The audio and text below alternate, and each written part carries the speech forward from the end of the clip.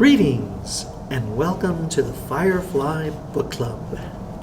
In our very first book discussion session, we will discuss Yasmin Ramirez's novel Andale Prieta. Okay, so this is our very first book discussion, kind of like a podcast session. And here we're discussing this book by local El Paso writer of El Paso, Texas, Yasmin Ramirez. Kind of a self-narrative in a sense. So I don't necessarily want to give any background on the book. I kind of just want to get right into it. And as we get into the discussion, hopefully we can web the pieces of this novel, this kind of novel that deals with issues of identity, coming of age, growing up, even some slight instances of, ethical circumstances between, issues of dependency and independency. All right, so, well, here I have my Firefly Book Club members, and I'd like to just open up broadly your initial impressions about the book. What did you all think? What were your initial impressions about the book? I genuinely really liked the book. I thought it was very relatable, and I liked when she explained her life, because she went through similar experiences that many of us right now in high school could possibly go through, as well as in her adulthood and how she managed to find her purpose. I feel like it was very familiar since it took place in where we live. So I think it felt like Thalia said, very relatable. And I found it interesting and intriguing to seek the places she had been to and she talks about in the story. I agree as well. I found it very close at home, especially since it happened in the borderland, and it happened, very not that long ago. But I feel like as I was growing up myself, I felt a lot of connection and relatable instances throughout the book, which were pretty emotional. But I found it very inspiring that she had, the willpower and the ability to write all of this. Interesting, right? So let me bring out this point of view regarding, as Alyssa was pointing out, about the sense of wanting to visit the places she mentioned, right? So here's as we see from the initial instances of the book, the narrative of the little girl, right? The personification of this little girl. And the setting is interesting, right? It's not a very common setting of a little girl having these experiences with her grandma, with Ita, and the ordeals that this little girl is facing. But it doesn't seem like she's unsafe, right? When you think about, here's grandma at a local bar or local bars, right? And we're maybe projecting that maybe that Yasmin should not be there, but it didn't feel that way, at least from my perspective. What did you all think? What did you all think about, at least, let's start with that setting of maybe the tap in the neighboring bar next door. What did you all think about that sense of setting as part of the plot in her novel? I thought it was surprising, to say the least, at first. But the more that she went into it, I started to think, oh, that makes sense, since I think Mexican culture, I think, is very open-minded in the way that even if a kid is in a bar, it's totally okay, even if they're underage. I think as long as you're with a parent, you're fine, So I was surprised, but then the way she talked about it, it felt like she was safe just because Ita was there. I agree. I feel like even if she was going to bars, it was a safe environment and she was comfortable enough to be there. Mm-hmm. Even if Rita was busy selling or what she would do with her friends, she still felt comfortable enough to be by herself, and it was kind of a sense of home for her as well, because she would always be there. I'm so sorry. Oh no, it's okay. Not to mention, I feel the fact that she was able to sleep says a lot too. If you're able to sleep anywhere, I'm pretty sure you're comfortable enough to be there. Yeah. I feel like Sorry, continue. I feel like that setting she was in, especially in the bar, I think it helped a lot with her maturity at a very young age. Especially she was very surrounded with a lot of adults. And I know that when you're surrounded with adults since the beginning a lot, more than your age, I feel like you're getting more mature and you start to develop these habits, at an early age. I agree. I think that that since it was her grandma, I think it's more common because I know like my parents wouldn't let me, but like with my grandma, I'd go out everywhere. Like we'd go out in midnight to walk the park or like places like that. I agree. I feel like the relationship's different, so you Yeah. do different things. More lenient in a way. Yeah. Did you all feel that with mom? Mom was more the Very strict. She was Yeah. stricter. I see. But I feel like every mom is like That that makes because it's sense, like though. you're her baby. Especially Protective. since, Because she's out working and she expects her daughter to be like taken care of. And You know, she has It's very always tough different students. with like grandmothers Yeah. and mothers. It's always a different relationship. Mhm. Do you all think grandmothers do that in a sense of,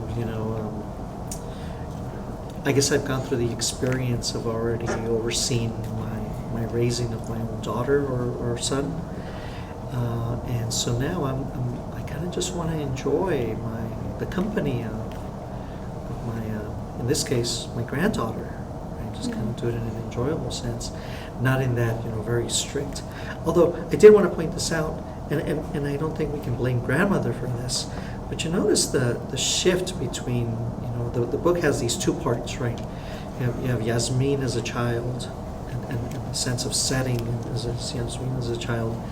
And then you have the sense of Yasmin as an adult, or at least a young adult growing up. And then there's that scene that even though grandma is this welcoming, open entity, right? There's limits, right? And you notice that in the second part where Yasmin gets caught with a boy in the closet. What did you all think about grandma's? I actually, to be honest with you, for whatever reason, because you remember Ita was pleading. I mean, not Ita. Yasmin was pleading with Ita to forgive her. Right? Mhm. Don't say anything. Don't say anything, please. Right? You can do anything, but don't tell mother. Right? And Ita doesn't budge. What are your thoughts on that? I think feel it's- like, I'm sorry. Oh, I think it's just really realistic. At least for me, there's been times where I've been little and my aunt, she's been like, oh, okay, you did this. I'm still gonna have to tell your mom though. And you're like, no, but I mean, But in this case, it was like a boy, and yeah. It's like something different. they- yeah. feel like boundaries. I think her reaction was based on her experiencing with her, lovers of the grandma. I know she had a very harsh, and I guess she didn't want to have that pain and sorrow of, that she felt on her granddaughter. So I don't think she wanted her to experience those kind of hardships later through her love life. That's interesting. I don't know. I feel like Ita and Yasmin's relationship was based on Ita wanting her to gain wisdom from the people she surrounded herself with because of the experiences, but rather she still knows she's a little kid. That's why they would always they would baby her as well. You can sleep here. Oh, do you want this? Things like that. But she was still recognized as a kid, so that's why they had their limits. That's a pretty good point. Yeah, I like that sense of, or at least that analysis, right, of a little girl. That Ita having these her life, right, her life out in the open in a sense, and the way she's been able to survive and I guess get through life by these relations, right, by these platonic and who knows, maybe even romantic relations, right, with the ordeal of when Ita, for example, goes and meets one of Ita's exes, right, and Ita's maybe versing it in the sense of, look, let's go here. You're going to learn something from this.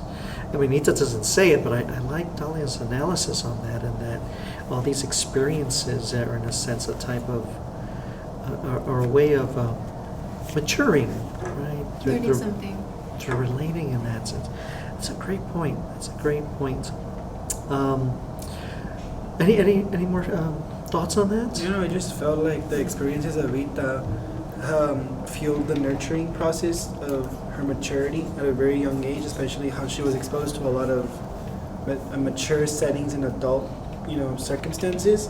So, but I feel like Ita had the right intention of, keeping her safe. She wanted the best for her. She didn't, she was wanting to share her advice, her wisdom, from her past experiences, I felt like she grew so much hatred with her past relationships that she didn't wish it on her, lovely granddaughter.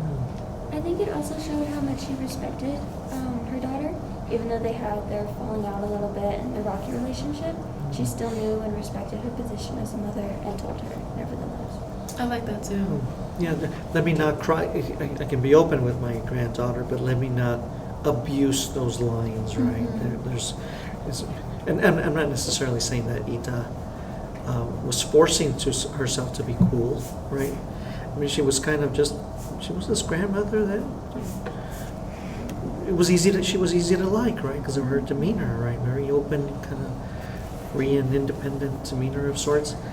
But I like that also. I like Zoe's analysis in the sense of, look, there's these parenting lines. I'm not going to cross those because there's a principle behind them. It seems to be the case. Yeah, because Ita could have easily gotten mad at Yasmin, but rather she told her mother because that's like their business. So she left it up to her mom at the end. Very, very, very true. Very true. So here we have a narrative, right? We have two. It's almost like well, here's a question for you all. Do we have two narratives? We have the first part in the book of this little girl, and these seemingly free-flowing experiences. At least it seems to be the case with Ita. But then a little bit rocky relationship with Dad, right? And then do we have a completely different? We'll talk about both in a sense. Do we get a new narrative altogether when we get to the second part of the book, where that sense of dependency that seems to be the case of the first part, and that sense of independency and the struggles with that independency in the second part? Do you all feel that we do indeed have two complete, and I don't want to say completely different narratives. I always think there's a bit of a link there some way. But tell me about that. Do you all think that it is indeed two different narratives, or do you think the book serves as kind of like a coming-of-age story in that developmental sense? Any thoughts on that? I feel like the two parts, especially, they have the first part is dependency, and the second part is independence. And I feel like it is the coming of age, especially.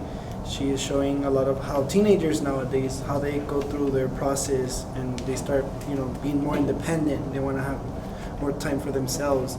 And I feel like she showed a lot of the dependency, and then she just started to talk more about how she started to be less independent in the part two, and how she saw the major drastic changes in her lifestyle, and how much she missed it, all her regrets, back and forth. I agree.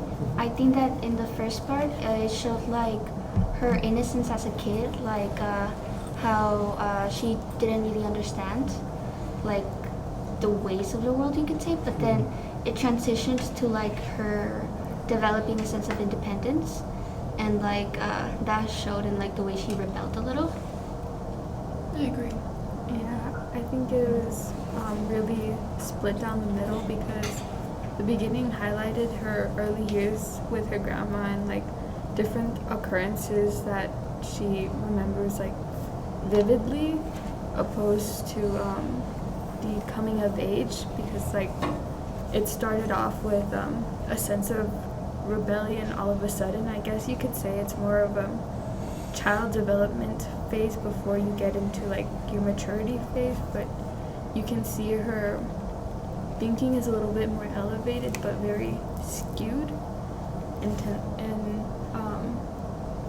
regards to clarity and thought. Okay. I feel like the second part also gave room for a lot of reflection of her past. So she was bringing a lot of those memories, especially that were very sacred and very kept to herself in the second part. So Alan, as you're mentioning, you felt that she felt a more sense of sacredness of those relationships in the first part of the book, or in the second part of the book? The second part. Second part. That's interesting. Tell me a little bit more about that. Tell me about that sense of the sacredness of relationships in the second part. Well, I feel like, it took a lot of, time for her to even be able to write this book in the beginning, because she had a lot of her childhood and everything. So it takes time to be able to be comfortable enough to even speak about all the things you did, especially how she said in the second part about how she did drugs and how much, you know, she hid a lot of things. She felt a lot of, you know, these things that she wasn't really accustomed to. She was really innocent, and then how her innocence was just collapsing, very rapidly changing in the second part. So I feel like she had a lot of secretness away from her family, and that's why she also felt very. I think adding on to what you said, Alan, I think that she took into consideration her relationships after Ita's passing, like the fact that she regretted and she felt guilty about not calling her family more, specifically Ita. I think that's what made her value every relationship she had, and what made her grow closer to her family, and what caused her to move back to El Paso. As Yanel discusses there, so you're feeling that that solidification of relationships comes as a result of Ita's passing, that after Ita's I passing? think that's one of the contributors, yes. Okay. I just feel like it was a point of reflection for her. It's like the breaking point that made her really Like, open her eyes. I see. I guess she was going like over things she would remember and then would like think about it and then see what was wrong and stuff. So it made her realize everything. Yeah, a sense of reflection.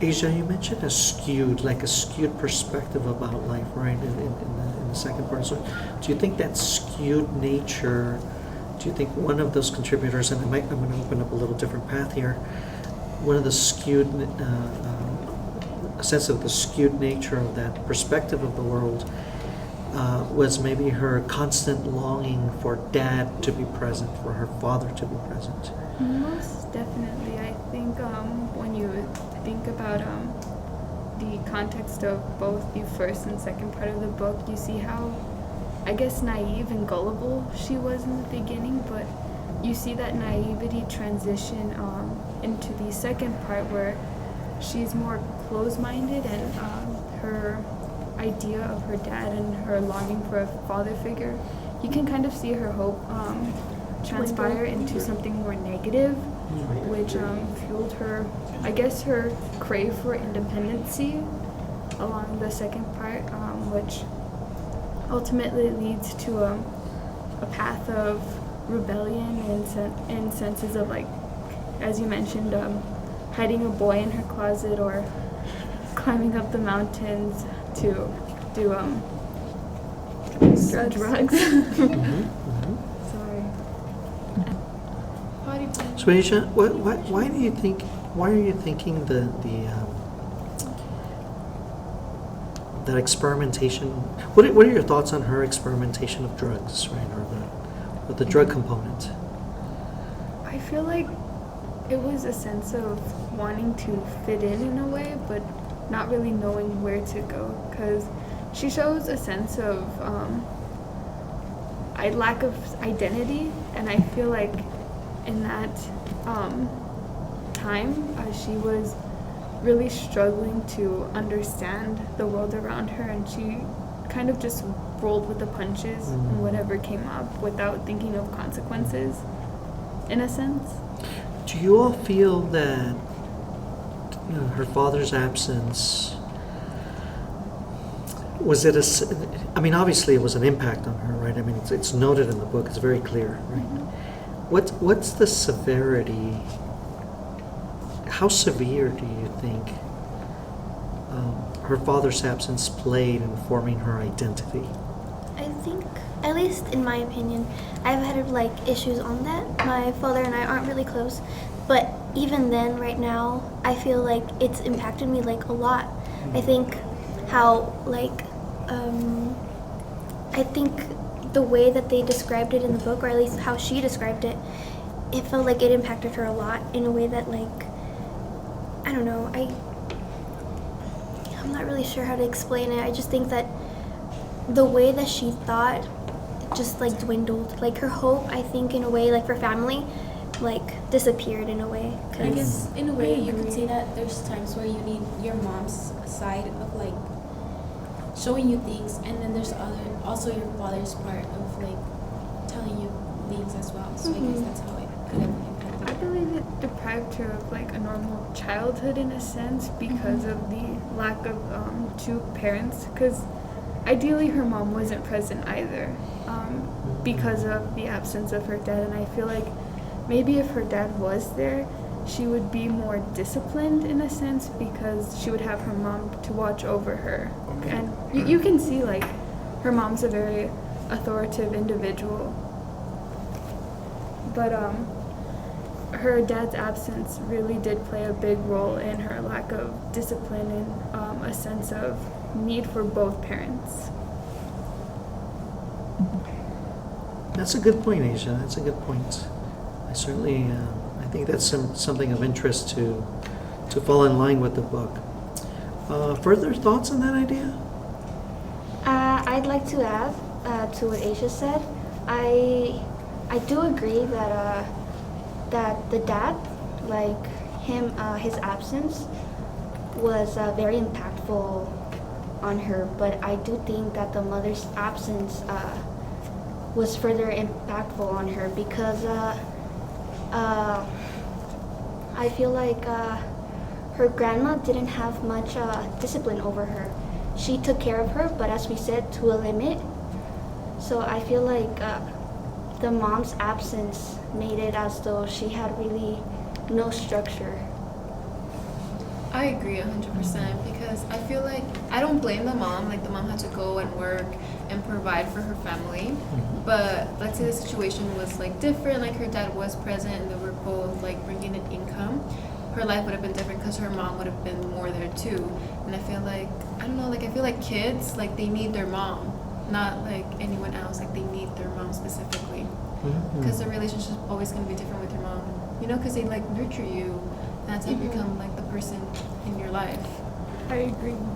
So whereas there's this focus on the father, interestingly, right, and the mother, like in a way, you know, she's kind of like in a hero, right? 'Cause isn't she?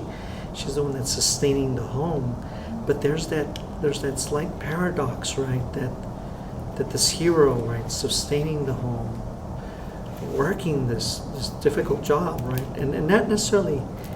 I don't know the ordeals of working and being a customs agent, but the hours, right, the time investment that she's having to invest in this job. It's also it also has this slight pushback in the form of a mother's absence, right, as Dahlia, Asia, and Elizabeth point out. So do you all feel, and obviously the answer is both, but what's the scrutiny of the absence of the mother and the absence of the father to her identity? I would like to say that regardless, even if the mom wasn't like always there, she did make the effort to be there. Like when she like opened her head, I believe, when she like fell. Her mom was there. She went. So she still provided like a good like role model for her daughter, even though she was so busy. But I feel like some part of like every kid, if they're not super like close to their mom, like they long for it as well, as much as they would long for a relationship with their father. That's interesting. I agree. Yeah. I think that her mother did try her best to be there for her when she needed it, and that I feel like later on she also recognized that.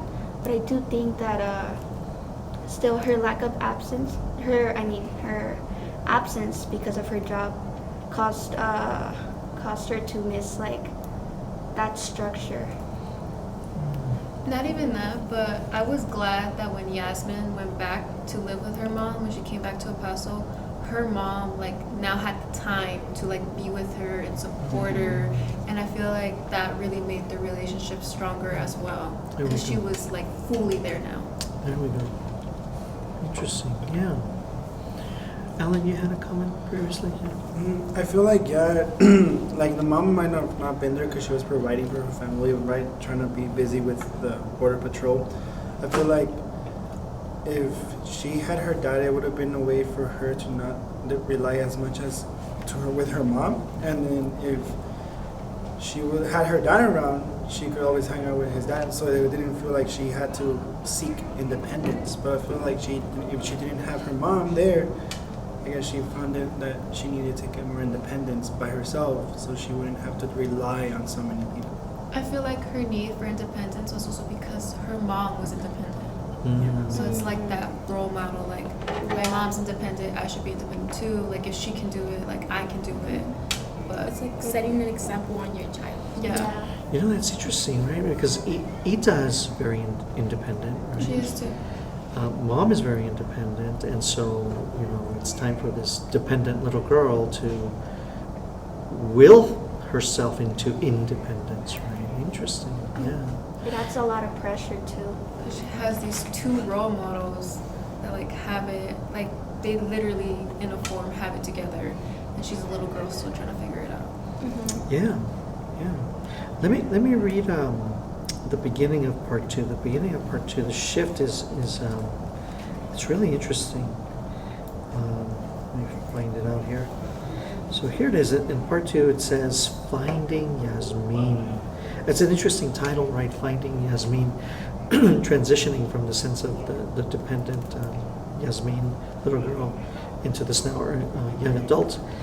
And it says, here's this coming of age shift, right? You know, whether it's the willed coming of age or not willed coming of age is up for discussion. But she says, I want to tell you that things didn't change, that I didn't change, that I stayed with Ita until the very end. I want to tell you that when puberty hit, I didn't distance myself from my Ita and mom. I want to tell you that Angie didn't kind of hate me and look at me with a perpetual judging eye roll when she was in my vicinity. I want to tell you that I didn't start wearing flannel and raccooning my eyes with charcoal eyeliner by the time I got to 8th grade. I want to tell you that I didn't gain a permanent sneer for everyone and everything other than my skateboarding, pot-smoking, Nirvana-loving friends. But then I would be lying. When I was old enough to stay by myself, I was at Ita's less and less. I disappeared into my books and music. Mom worked and Angie lived with her boyfriend, so I was on my own a lot. In the era of the latchkey kid, I thought that's what I wanted. But really, I think I just wanted them to notice me. I remember reading a story said to be an old Cherokee legend in one of my books. A father is teaching his grandson about the two wolves who battle inside of us.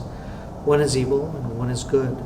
When the grandson asks who wins, the grandfather replies, the one you feed. The times I was left waiting for my dad did something to me. They flipped a switch in my head, or maybe something had already been brewing for a while. Maybe since the day I fell and hit my head and he left the hospital before I was released. He never tried the way I imagined a father who loved his daughter would try. I don't know. One day I just woke up hating the world. That didn't stop for a long time. My mom, Ita, Angie, even later my Tio, were included in that hate. I just kept feeding the wrong wolf. Tell me about that wrong wolf. What is that? What is young Yasmin's version of the wrong wolf? I think the wolf could maybe be referred to as like her mentality, like her way of thinking. Like she viewed everything in a negative way, and that fit that wolf as it said there. Define negative, and I say in the sense of, you notice she says, if you notice the little girl in the first part of the book, this is a little girl that's very tied to Ita, right? Very tied to her mom, even in a way, even tied to her father, right? Because even when the father continuously stands her up, right, or even when he's dropping her off, where she trips and falls, she's still desirable for the father to be there, in a sense, right? And still, glad mom's here to have my back at school. I don't want to be in this teacher's class, right? Or and of course with Ita, right? The experiences that Ita's giving her. And then she says, but here's the second half of the book. Here's this version of me where I'm no longer desire. It's not that maybe she's not desiring. She does say she wants to be noticed, but she's wanting to. The wolf, this wolf, that seems to alienate itself from Ita, maybe from mom. Thoughts on that? I believe the wolf is like her independence. As we get older, everyone wants to individualize themselves, and the constant parenting by all these family members, Ita and her mom, she just wants to like gain her independence as herself. And I think that's what the wolf is, kind of, right? Yeah, I agree. Is it why does she call it? Because let's think about it, right? Isn't that awesome for someone so young to gain independence and acquire independence? Shouldn't a parent desire that upon a child? It's just difficult. Why is she referring to it as the wrong wolf? I believe because she has a lack of understanding when it comes to this independence in terms of relationships. I guess you can tie it back to her dad biologically. Like, a daughter will always need her dad to form a bond in order to understand closer relationships with different individuals within her life, because a mother's very nurturing, but a dad teaches you a lot of social skills. And I think that really disrupted her idea of relationships in terms of how dependent she should be on individuals. And I think that kind of fed into a development of egocentrism in a way. I guess you could say independence is very important, but it all starts at a certain age. There's ages where you're like, you still need your parents.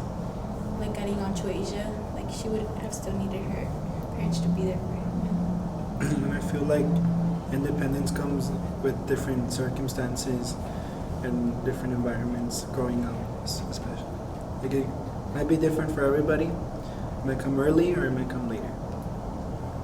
I think like regardless if you like crave the independence, it just takes time. Like it's not something that you can rush. It's something that you need it to come to you rather than you come to them. And even then, you still need like a little bit of help from everyone when you're independent. Though I feel like her recognizing it as the bad wolf is due to the poor execution of her independence, because she pushed away everyone, which she took for granted, which she further regretted in the future. So I think like adding on, I think like bad decision wise, like I get that, because like even then, like I remember when she said that she was going to like summer school or something like that, and she was going through the right path and at first, but then getting that independence, being by herself, made her strive away from that path and go with the guy that she ended up really liking, and that ended up to like doing drugs and having that whole big dealio. Really spiraling her out of control. Yeah, I think that was like the first little step Feeling even to more lost. Yeah. The accepted cool thing is where I should direct myself. Right. This might be a little off adjacent, but a little off track with the book. What are your all's thoughts about, as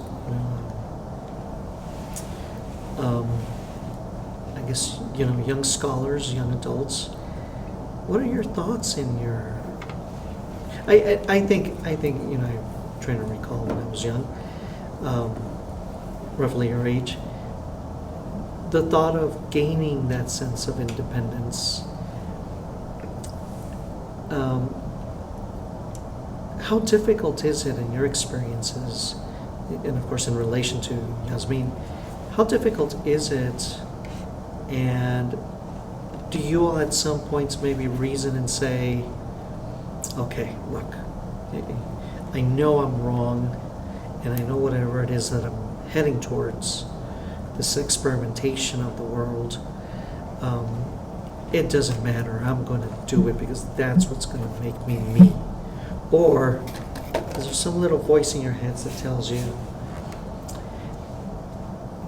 no matter what, I know there's limits, and how I grip those limits and manage those limits is going to be for my better doing, and I'm smart enough to be able to go through this managing process appropriately. Right? I'm not sure if that makes sense, but It does. what do you all think? What are your thoughts? And I know it's tough, right? Because this idea of always being, metaphorically, always being held by the hand and being walked throughout life. I sense it, right? I think Yasmin, is in that point, it's like, enough with the hand. I can stand, I can go to this island by myself and survive by myself. Obviously, there's problems with it. Let me get your feedback. What do you all think? And you all can be honest, says, well, look, I am independent, right? What do you all think?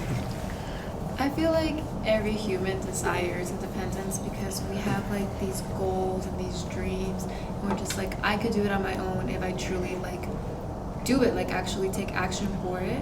But I think that all secretly, my personal opinion, I think we all have our own personal limits. It just depends like where you are in your life and what you've already experienced. So although like I would say I'm here for independence, sometimes I just want to be a little kid and tell my mom if she can come with me to the store or something because I don't want to get down by myself. Because like it's scary like growing up, in my opinion. And I don't know, like my independence comes from the people I surround myself with because they're so strong-willed that I'm like, I have to be strong-willed as well. You know? I feel Absolutely. like This comments, yeah. Thank you, Tyler. yeah.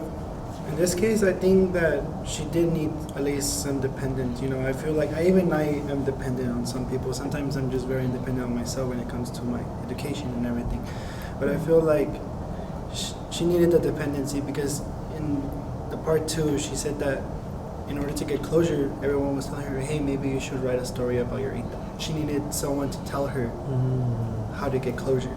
She wasn't going to be able to do it by herself because she only had these thoughts, her individual self, and then she didn't have anybody else.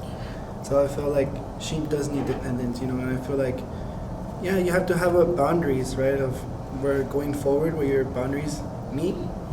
But I feel like there should always be room to be depending on your family because that's probably the closest bond you ever had. I agree. But I feel like even though like she was dependent on her family to write the book, I feel like in her own like journey as a person, I feel like she just would have known like that is what she should have do. Like like trial and error, she would have still written the book or something similar to get her own personal closure, regardless if her family told her or not, because she already experienced so many things. Like I don't know, she would have done something that made her happy. I agree with both of them.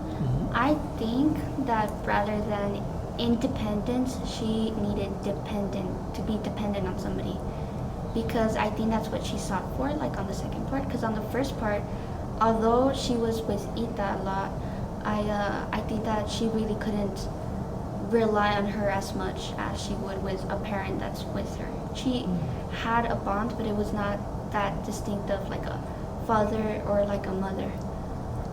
One of the really interesting things is that now that as Elizabeth's pointing this out, it almost seems like she was much more. That's not true. I meant, as a little girl, she was quite an independent little girl. What did you all say? Yeah. And then as she gets older, and she says it, right? She says in that transition where she says, I just wanted them to notice me. This was so interesting. I feel as she ages, she loses a lot of self-awareness because as everyone mentioned, she kind of craved a sort of independence as she was growing up. But tying back to her circumstances as a little girl, considering the location where we're at, her circumstance is kind of a norm here, unfortunately, where you don't grow up, you don't get the opportunity to grow up as opportunistic as you would in other places like California, where let's say you have both parents.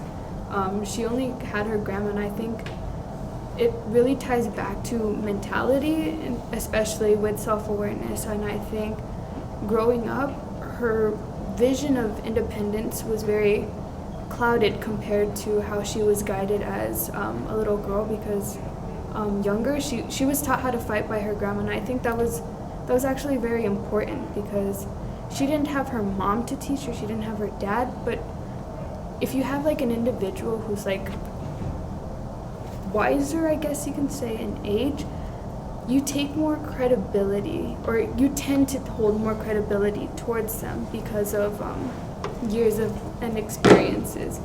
And I think as she grew older, she grew more naive to the concept of who to follow and who to trust in terms of that, because she became more Reserved. more reserved, Conservative. but also, well, not conservative.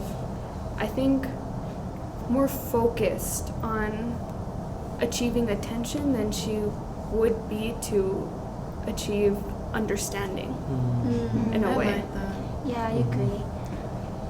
Very interesting. think adding on to what you said, Asia, I think that's like absolutely true because in the book, I think it's in the part 2 where she had the realization that she didn't really know what she wanted to do when she was at school. Like they asked her, "Is that really what you want to do?" And she couldn't even answer herself. It took that for her to really understand what she truly wanted, and I feel like that ties into what you said, Asia. I do agree. I think that like the Mexican culture also, and like kids of like immigrant parents ties down to that a lot, because kids of immigrant parents aren't seen as kids. They're seen as more independent people, even though they shouldn't be, because they're still kids. But I feel like they are put this responsibility to grow up faster because they were given so many opportunities. But when in reality, they're still kids and they don't really need to become independent just yet. I agree with you. I feel like the pressures of being successful, period, are Yeah. like stronger, especially. Yeah. This is America, right? The land where the immigrant finds the grass is greener, right? when in fact it becomes a struggle for survival, right? And the thread marks and the scars that one acquires through this quest for surviving, so to speak, right? Very nice analogies. Let me read the ending here of the book before the afterword. She says, "In this memoir, where I want to focus on Maita, there is a light that inevitably wants to shine on me because I am as much a character as she is.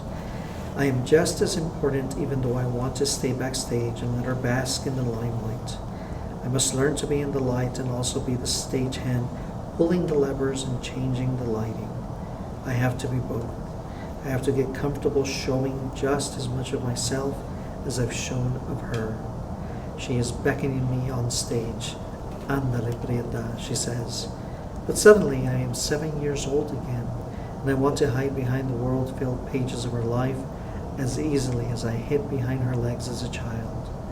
But I've had to edit, revise, and write myself next to her in that limelight. In this space, we can still be together." I really like that part personally because I feel like it shows how, even though she admired her grandmother so much, she should be her own person and strive for her own personal goals rather than like be exactly like her, because well, her grandmother didn't have like the life you'd imagine, you know, like she went through a lot of battles and like challenges. Right. So learn from it, but don't experience it again.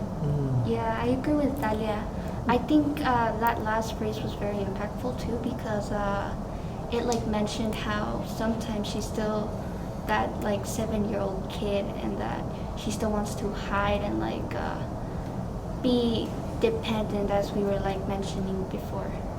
I mean, that's the easy thing to do, right? I mean, I think that's what she's getting at, where she's saying, I let her have the limelight, right? Because if I avoid the limelight, then a sense of responsibility and obligation, I can brush those off onto my Ita, right? But she says, when the limelight comes onto me, oh dear, I've got to stand up on my own 2 feet, and I've got to be the spectacle, and I have to show everybody what I'm made of, right? That is tough, right? That's what life does to us. Because at one point in our lives, whether we like it or not, we have to shine upon the limelight, right? So, I mean, there's a beautiful, very nice metaphor that she provides there at the end. How do you all feel about the fear, and it's not necessarily a bad fear, sometimes fear is a good thing, right? The fear kind of like pushes us a little bit more. How do you feel about that transition from you're in the back, you're stagehand, right? Versus, oh no, I'll support you, Mom. I'll support you, Dad. You do it for me, and I'll guide you. Well, you may not necessarily be guiding anything, right? You're just kind of, being guided in a sense. But what do you all think about you all are at a stage? You got one more year of high school coming up. And you all are awesome, of course, because you're early college students, right? I mean, dual credit students, right? In some cases, right? Dual credit early college, right? And you all are you all are ahead of the game, which is outstanding, and my hats off to you all, right? It's not easy being a scholar so young and being so successful so young, but you're also growing up much quicker, at least academically, right? In the face light of academics. When you get into the university, you're going to be juniors. Think about it, which is pretty awesome when you think about it. What are your thoughts about that limelight coming upon you? I do think that it's a lot of fear, like you mentioned. Like it is our kind of like last year, which is very scary. But I don't know. At least for me, I found it very intimidating in a sense, just because after high school, I'm by myself. Like, of course, I have my family, I have my friends, but it's honestly up to me to do everything. I can't rely on counselors. I can't rely on friends. I really can't rely on anyone, just myself in a way. Yeah. I think that sometimes it can be stressful and it can be fearful because of the thought that you're like gonna go into college like you said, we're gonna go into college being a junior, and I think it could be scary because there's other people there, but they're not your age. They're like way much older, and I think it could just be very fearful. I feel like, I'm sorry. Go ahead. I mean, for me, I feel like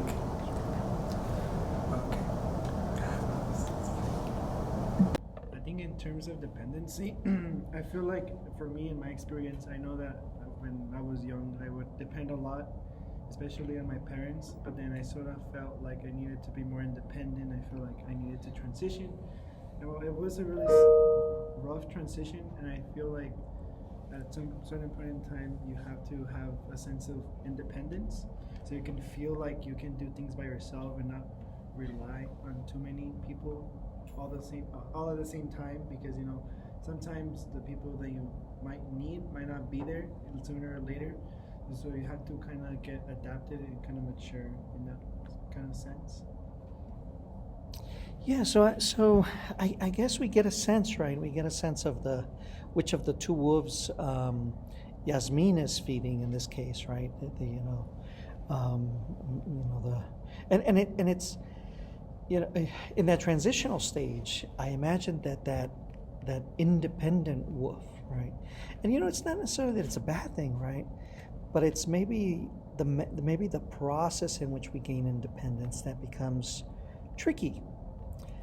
I would argue that it's tricky and complex, as we note with Yasmin's experience. That it's complex and tricky because of the idea of novelty. So, for example, and to me it's fascinating how Yasmin is growing up as being raised by Ita. And even then, she's still going into a realm that's absolutely new for her. As a young adult, she's now experiencing things that she's never experienced before. So that notion of novelty, here's a question, is it seductive? Relationships, smoking a cigarette, driving, doing maybe unruly things. These are things that are, some individuals might hear advice about it, but then despite hearing the advice, it's not, there's still that lingering curiosity of, wow, I haven't lived it, so, to each his own. I've got to try it, and maybe is that the wolf that maybe Yasmin is heading towards? What are your thoughts on that? What do you all think? I think it could be like somewhat seductive. I think it's also like the way like people pressure you. I think we like social media right now, you see everything and you want to do it as well. And I think that's a really big contributor as well. Not to mention like your own like self-actualization where you're like, oh well, I want to do this because every other person has done this, and then you think about it, you're like, well, regardless of what they did, like I want to experience it because it's my life. You know what I mean? So I feel like that could be an also like contributor. Good thoughts. Good thoughts. I agree. I feel like it's very alluring to get to participate in things that you have been like warned not to do, especially like riskier things like drinking at a young age or indulging in drugs at a young age. I just find that it's more tempting to an individual because we as people don't really believe the words of others until we've done it ourselves, and that's when we solely accept concepts and ideas. Not to mention consequences as well, when you learn from them. Do you all believe that it's necessary to undergo those curiosities? Do you all think it's necessary to endure those consequences? Because unless one endures those consequences, that touch of possibility will remain lingering there throughout your lives. Not sure. What do you all think? I don't think so. I don't. Okay. Because like, there's people that have like different like ideas about like drugs, and like personally, I just am not attracted to that at all, and I don't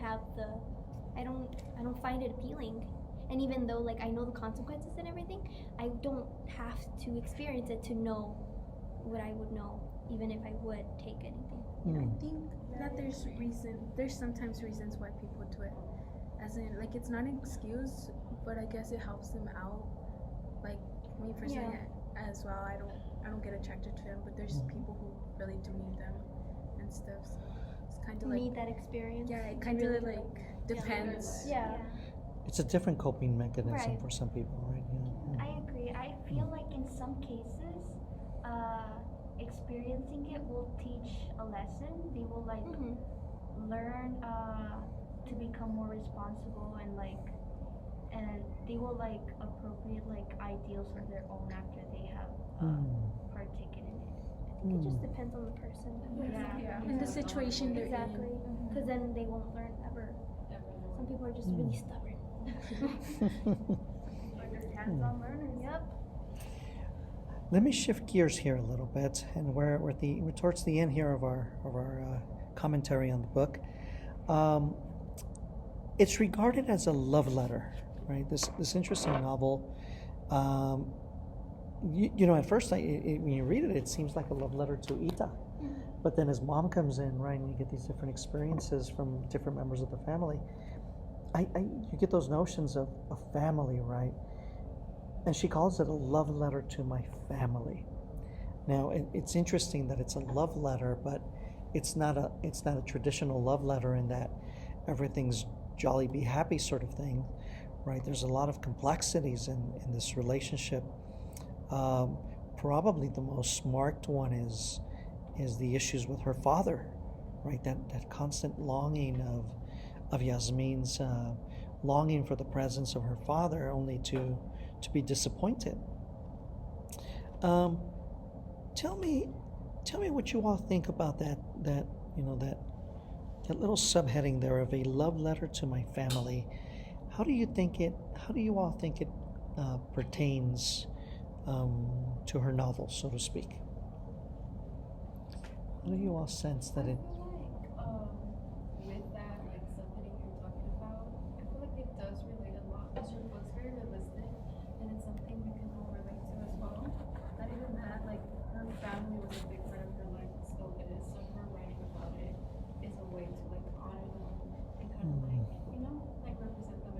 There we go. Yeah, I think it's a good way to honor their memory, especially with past experiences with her family. I feel like, the love letter in this case, because her whole purpose of writing this book also was to remember her Ita. And it was mostly about her predominantly during the book. But I feel like it helped her get closure talking about her experiences to the rest of the world. And especially, I think she knows that some of us, or not all, would experience similar situations, and some of us can relate to it. So I feel like it has a purpose for it being a love letter. I feel like it was a way to share her love for her whole entire family. I guess in a way we could say that she had different things to say to all of them. So throughout the book she goes explaining what, I guess in a way we could figure out what she explains of what she meant to tell each one of them. It's unique, the book. It's in her own perspective, so it doesn't have any input of any other people. It's speaking about her perspective of each individual, she talks about it. I think it could be also considered a love story just because regardless of the issues that you have, you're always going to love your family members. I think that also ties in with how she talked about her dad in the book. Regardless of her being so disappointed in him every time, she still, in some way, somehow, I'm pretty sure she still has feelings for him, in the way of still loving her father. And I think that contributes to every other character that she said in her story, Mom, Anita. I also wanted to point out this notion of the love of family. I also wanted to point out not just the emotional aspect of it, but what about what we call a didactic process, also known as a learning process, that is, in her experiences, and I'll point out the bad here, although that's a complex way to phrase it, but by bad I mean those experiences that didn't turn out to be so pleasant, so to speak. Despite the complexity of these troublesome experiences, for example, the most notable ones to me is when she gets caught with the boy right in the closet. Nevertheless, it becomes a learning process for her, right? And maybe not a practical learning process necessarily, but a reflective learning process. Do you all see Yasmin's learning attributes as she goes in this transition and these experiences with family? Because if you notice, she doesn't, family seems to be the priority above even friends, right? I mean, she'll relate these friends, but she'll relate these friends in a very, almost passive. Yeah, in a very passive sense. So it's hard for me to say that a lot of her learning attributes, at least in terms of what we get revealed in the novel, are coming from friends, but instead are coming from family. Do you all indeed see learning attributes for Yasmin in the novel? I think so. I think that's she learned most of her experience. I don't want to say her family didn't contribute, but I think it was when she left. I think she learned a lot by being by herself, and even though her sister was helping her, she was all alone, I think, and emotionally and mentally, maybe she was just isolated. I feel like she learned a lot about herself as well because she knew she needed her family with her, and that's why she went back. I guess we can go back to when we were saying about the independence, sometimes we need someone there. So in that way. There we go. Would you all like to share what are the most memorable portions of the book? Randomly, I guess we just go through the book. I think mine would be when she met Angelo. Okay. Of course it is. I was like, oh my god.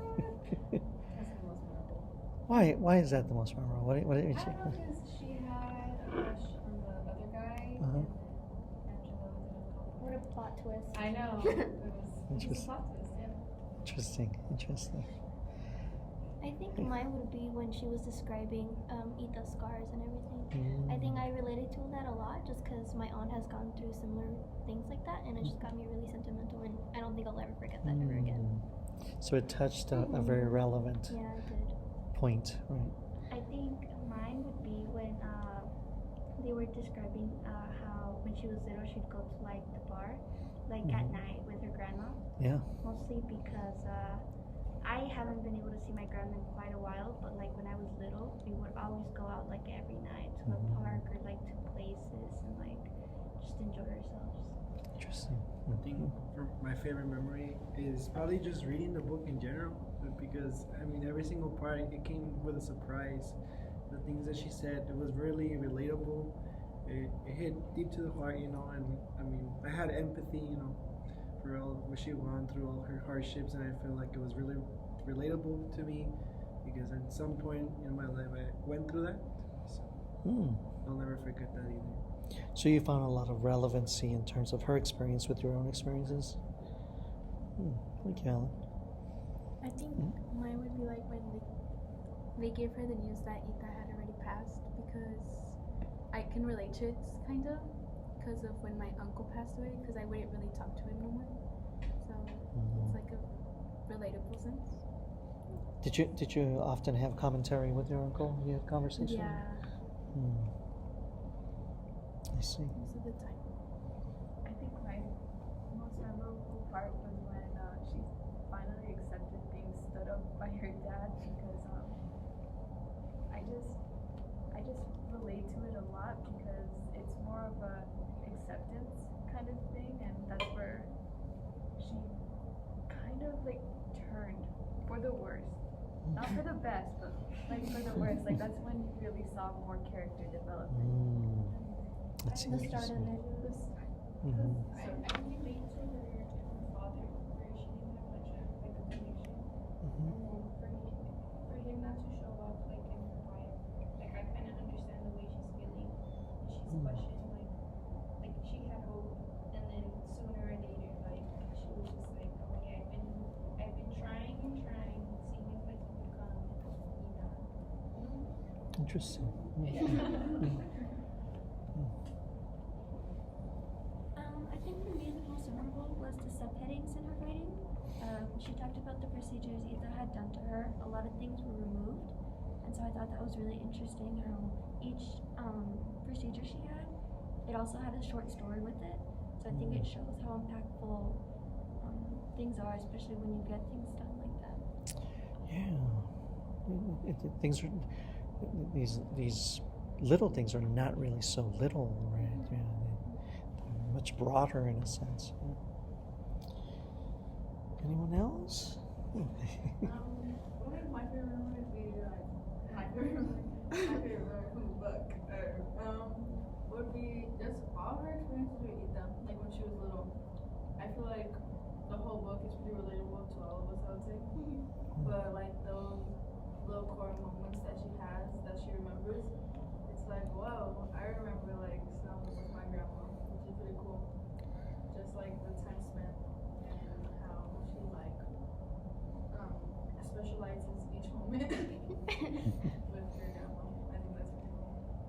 I'm thinking of when it's starting and she's training her to be a fighter, right? Thinking of Alyssa the wrestler, right? All right. If you all could recommend this book to someone, what would be your selling call to have someone persuade somebody to read this book? What would you all say? I would say that I would tell that person that they could read this book because it's so much relatable, and it's like very entertaining, and it's very, very relatable. If you have a rough childhood, read it. That's all. Word for word. Yeah. Oh, there you It will keep you entertained. Ironically, it fits in with our culture Everything, so well. honestly. You hear the street Like- names and you're like, oh my god. Yeah. Like everything's on point. I feel like it gives a lot of a voice to some of the people that are not able to share that story sometimes, but they go through a lot of similar situations. Is there and speaking, you all mentioned the El Paso, right? Is there any particular locations or venues that you all said, I'm here in El Paso. I think I want to go check that place out. I think she talked about driving on Andale in her school. Is that right? So I thought that was pretty cool. That's interesting. Yeah, that's true. The most obvious one is a Tab. I've never been there, but like I really want to go now after reading the book. We all have to go. Field trip. Field trip.